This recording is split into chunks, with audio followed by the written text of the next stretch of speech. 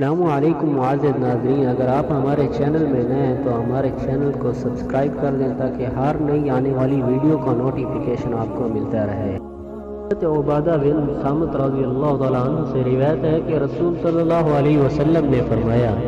جس شخص نے یہ گواہی دی کہ اللہ کے سوا کوئی معبود نہیں، وہ وحدہ لا شریک ہے، اور بے شک محمد صلی اللہ علیہ وسلم اس کے بندے اور رسول ہیں،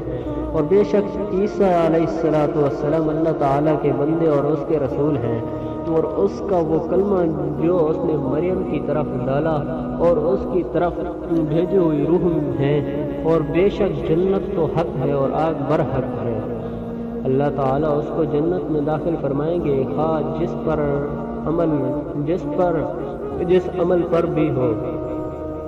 مسلم کی ایک روایت میں ہے کہ جس نے یہ گواہی دی کہ اللہ کے سوا کوئی معبود نہیں اور بے شک محمد صلی اللہ علیہ وسلم اللہ کے رسول ہیں،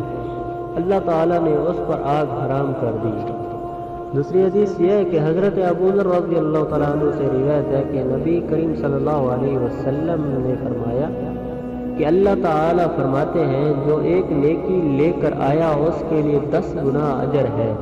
یا اس سے بھی زیادہ دوں گا، اور جو برائی لے کر آیا تو برائی کا بدلہ اس کی مثل سے ہوگا، یا اس کو بخش دوں گا، اور جو مجھ سے ایک بالشق کے برابر قریب ہوگا میں اس سے 1 ہاتھ قریب ہوں گا، اور جو مجھ سے 1 ہاتھ قریب ہوگا میں اس سے 2 ہاتھ قریب ہوں گا، جو میرے پاس چل کر آئے گا میں اس کی طرف دوڑتا ہوا آؤں گا، اور جو میرے پاس زمین میں بھر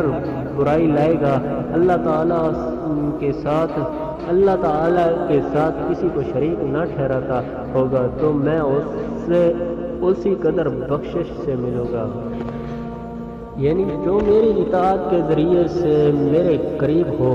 تو میں اپنی رحمت کے ساتھ اس کے قریب ہوتا ہوں، اگر وہ میری اطاعت میں سرگرمی سے حصہ لیتا ہے تو میں اس کی طرف دوڑتا ہوا آتا ہوں، یعنی میں اس پر رحمت کا دریا بہا دیتا اور رحمت کے ساتھ اس کی طرف پیش قدمی کرتا ہوں، اور اسے مقصود حاصل کرنے کے لیے زیادہ چلنے کی تکلیف نہیں دیتا۔